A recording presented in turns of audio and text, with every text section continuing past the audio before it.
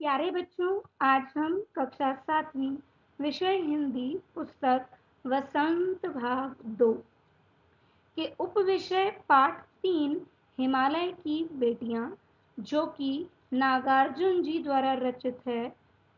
नागार्जुन जी, जिनका वास्तविक नाम वैद्यनाथ मिश्र है, का व्याख्यान 3 यानी पाठ का सार पढ़ेंगे। साथ ही साथ व्याख्यान 2 में जो हमने पाठ का सार किया था, उसके बाद जो मैंने आपको गृह कार्य दिया था, उस गृह कार्य की चर्चा भी करेंगे। तो सबसे पहले व्याख्यान 1 में हमने पढ़ा था कि यहाँ पर बात की जा रही है हिमालय की बेटियों की। अब हिमालय तो एक पर्वत का नाम है, तो उसकी बेटियां कहाँ से हुई? यहाँ पर लेखक नागार्जुन जी ने हिमालय को पिता का रूप दिया है, यानी कि उनका मानवीकरण किया है। तो हमने क्या पढ़ा? हिमालय का मानवीकरण किया गया लेखक के द्वारा, जिसमें लेखक ने हिमालय पर्वत को पिता माना और उनसे निकलने वाली जितनी भी नदियां हैं उन्हें क्या कहा? बेटियां। हिमालय पर्वत पिता और निकलने वाली नदियां बेटियां। फिर हमने नदियों के भिन्न भिन्न रूपों के बारे में जाना। व्याख्यान 2 में हमने पढ़ा कि जब समतल मैदानों में वही बेटियां यानी वही नदियां पहुंचती हैं तो वो कैसे फैल जाती हैं, उनका विस्तृत रूप हमें देखने को मिलता है। वही नदियां जब जंगलों में पहुंचती हैं तो जंगलों में खेलती हुई जब पिता की गोद से बाहर निकलती हैं तो खेलती खेलती खेलती दूर जंगलों तक पहुंच जाती हैं। तो दूर जंगलों में जो उनकी अठखेलियां हैं, वो जो खेल खेल रही हैं, मस्ती कर रही हैं, उसका वर्णन किया। उसके बाद जंगलों से निकलकर जाती जाती जाती वो पहुंचती कहाँ है? समुद्र में। समुद्र में नदियों का मिलन हो जाता है, जाकर वो नदियां समुद्र में मिल जाती हैं।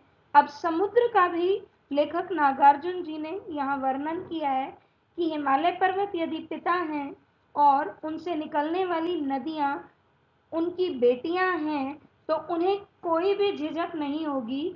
जब वो नदियां जाकर समुद्र में मिल जाएंगी तो समुद्र को उन्होंने किस रूप में मानवीकरण किया है? उनके दामाद के रूप में। किसके? हिमालय पर्वत के दामाद के रूप में। यहाँ तक हमने पढ़ा। आज हम व्याख्यान 3 की ओर बढ़ते हैं। कालिदास के यक्ष ने, आपको याद होगा मेरे व्याख्यान 2 में अंतिम पद हम यही पढ़ रहे थे कि लेखक नागार्जुन जी ने हिमालय पर्वत का मानवीकरण किया है। ऐसा पहली बार नहीं है कि कोई कवि या लेखक जो है वो नदियों का, किसी प्राकृतिक वस्तु का मानवीकरण कर रहा हो। इससे पहले भी जो प्राचीन कवि और लेखक रहे हैं, उन्होंने भी बहुत सी ऐसी प्राकृतिक चीजें हैं जिनका मानवीकरण किया है। तो नागार्जुन जी ने यहाँ 2 उदाहरण भी दिए हैं। पहला, कालिदास के यक्ष ने मेघदूत से कहा था कि बेतवा नदी को प्रेम का संदेश देते जाना, वह तुम्हारे प्रेम भरे संदेश को पाकर अवश्य प्रसन्न होंगी। जो बेतवा नदी है उसका यहाँ मानवीकरण किस रूप में किया गया है? प्रेम भरा संदेश यदि मेघदूत देता जाए तो उनकी प्रेयसी यानी प्रेमिका के रूप में। तो हमने जाना कि लेखक नागार्जुन जी ने तो उन्हें क्या बताया है? बेटियां। फिर उन्होंने बताया कि महाकवि कालिदास ने उन्हें जो है नदी को, बेतवा नदी को कौन सा रूप दिया है? मानवीकरण किस रूप में किया है? उनका मानवीकरण किया प्रेमिका के रूप में। तो जब प्रेमिका के रूप में उन्होंने उनका मानवीकरण किया तो लेखक को ऐसा लगा कि शायद कालिदास जी जैसे महान कवि को भी नदियों का सचेतन आपने कठिन शब्दार्थ में किया था। सचेतन मायने चेतना युक्त, जिसमें जीवन हो, जिसमें जान हो, वही रूप पसंद था। इसीलिए निर्जीव रूप को तो उन्होंने नहीं, उन्होंने उसे प्रेयसी का रूप दे दिया और प्रेयसी के रूप में, सचेतन रूप में ही उन्होंने उसे पसंद किया। साथ ही साथ अब हम अन्य लेखक पढ़ेंगे बेटा कि काका कालेलकर ने भी नदियों को लोकमाता कहा है। मैंने अभी आपको बताया कि लेखक नागार्जुन जी ने अपने साथ साथ महाकवि कालिदास जी के बारे में बताया कि उन्होंने नदियों को किसका रूप दिया, प्रेयसी का। अब आ रहे हैं काका कालेलकर।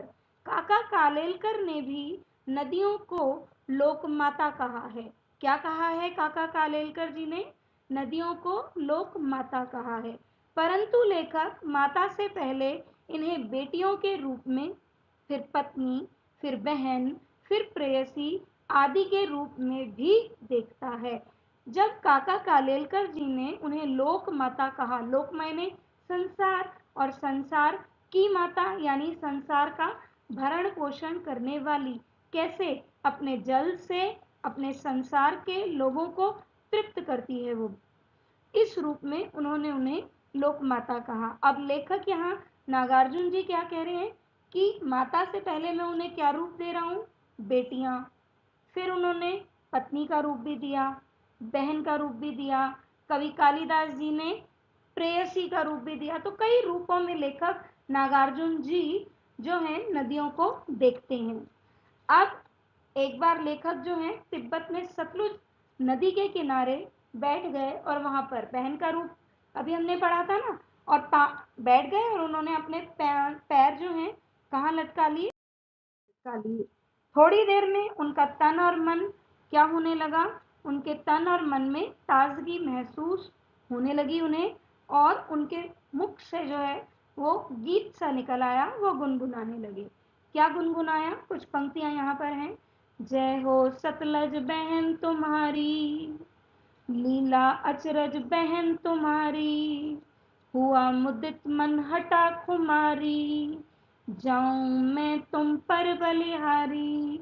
तो यहाँ पर सतलुज नदी को बहन का रूप दिया गया, और गुनगुना जो रहे हैं वो क्या गुनगुना रहे हैं कि हे सतलुज बहन, तुम्हारे शीतल जल में मैं बड़ी ही ताजगी महसूस कर रहा हूँ, अपना तन और मन जो है बड़ा ही प्रसन्न महसूस कर रहा हूँ। और उनकी प्रसन्नता किस रूप में दिखाई देती है? जब वो सतलुज नदी को बहन के रूप में बताते हैं कि हे सतलुज बहन तुम्हारी, सतलुज बहन मायने सतलुज नदी है ना, तो सतलुज बहन तुम्हारी जय हो, क्योंकि तुम्हारी लीला जो है अचरज मायने बड़ी ही हैरान कर देने वाली है। हुआ मुदित, मुदित मायने प्रसन्न, तुम्हारे जल में, शीतल जल में मैंने पैर रखे और मेरे पैर जल में जाते ही मुझे क्या हुआ, मेरे मन से जो खुमारी है, जो भी तकलीफ थी, वो सब दूर हो गई, और मुदित मायने प्रसन्न हो गया मेरा मन। और इसी प्रसन्नता के कारण हे सतलुज बहन, मैं तुम पर बलिहारी जाऊं, यानी कि मैं तुम पर अपना सब कुछ न्यौछावर करता हूँ। फिर से पढ़ते हैं कविता की इन पंक्तियों को। जय हो सतलुज बहन तुम्हारी, लीला अचरज बहन तुम्हारी, हुआ मुदित मन हटा खुमारी, जाऊं मैं तुम पर बलिहारी।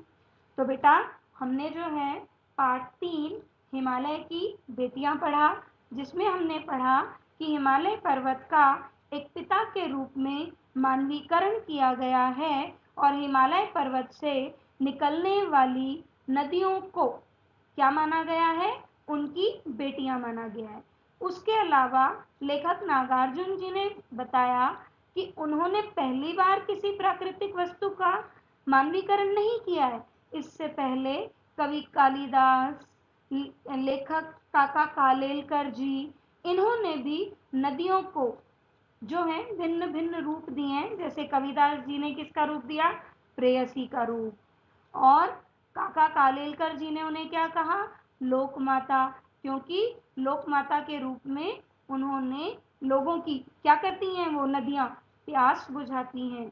और उसके बाद लेखक नागार्जुन जी ने बताया कि लोक माता, पत्नी, बहन, बेटी, इन सभी रूपों में वो किसका मानवीकरण कर चुके हैं, नदियों का। ठीक है बेटा। तो अब हम करते हैं, लेते हैं कल का गृह कार्य। तो बेटा व्याख्यान 3 आज हमने पढ़ा, पाठ का सार हमने पूरा किया। तो इस पाठ के सार को पूरा करने के बाद मैं आज आपको 3 प्रश्न और दे रही हूँ, जिनके उत्तर आपको जो है कच्ची कॉपी यानी रफ नोटबुक में लिखने हैं। प्रश्न 1, काका कालेलकर ने नदियों को क्या नाम दिया है? मैं प्रश्न फिर से दोहरा रही हूँ। काका कालेलकर ने नदियों को क्या नाम दिया है? मेरा दूसरा प्रश्न है, महाकवि कालिदास ने किस नदी का और किस रूप में वर्णन किया है? प्रश्न 2, महाकवि कालिदास ने किस नदी का और किस रूप में वर्णन किया है? प्रश्न संख्या 3, लेखक ने सतलुज नदी का मानवीकरण किस रूप में किया है? लेखक ने सतलुज नदी का मानवीकरण किस रूप में किया है? तो बेटा अब पढ़ते हैं व्याख्यान 2 में जो मैंने आपको गृह कार्य दिया था उसकी ओर। तो बेटा व्याख्यान 2 में मैंने आपको 3 प्रश्न दिए थे। सबसे पहला प्रश्न, लेखक के मन में नदियों के प्रति कैसे भाव हैं? किया आपने ये प्रश्न? ठीक है। तो लेखक के मन में नदियों के प्रति श्रद्धा के भाव हैं। प्रश्न से आपने लिया, लेखक के मन में नदियों के प्रति, कैसे के स्थान पर आपने लिखा? श्रद्धा के, और भाव हैं। प्रश्न में तो प्रश्न सूचक से उसको समापन किया उसका, और उत्तर में आप लगाएंगे पूर्ण विराम। फिर से मैं प्रश्न का उत्तर बता रही हूँ।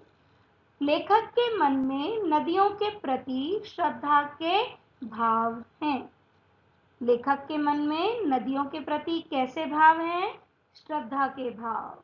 दूसरा प्रश्न, लेखक को नदियां किसकी भांति प्रतीत होती हैं? किसकी भांति मायने किसकी तरह? लेखक को नदियां किसकी भांति प्रतीत होती हैं? लेखक को नदियां, अब हमारा उत्तर क्या है? पहले हमने प्रश्न से ले लिया, लेखक को नदियां किसकी के स्थान पर हमने लिखा? हिमालय की बेटियों। क्या लिखा बेटा? किसकी? हिमालय की बेटियों की भांति प्रतीत होती हैं, की तरह प्रतीत होती हैं। ठीक है बेटा। तो लेखक को नदियां हिमालय की बेटियों की भांति प्रतीत होती हैं। तीसरा और अंतिम प्रश्न है बेटा, लेखक किसके कंधे पर चढ़ा? प्रश्न क्या है हमारा? लेखक किसके कंधे पर चढ़ा? उत्तर है किसके के स्थान पर हम लिख देंगे? हिमालय पर्वत के। तो बाकी वही प्रश्न से ही लेंगे। लेखक किसके के स्थान पर हमने क्या लिखा? हिमालय पर्वत के कंधे पर चढ़ा।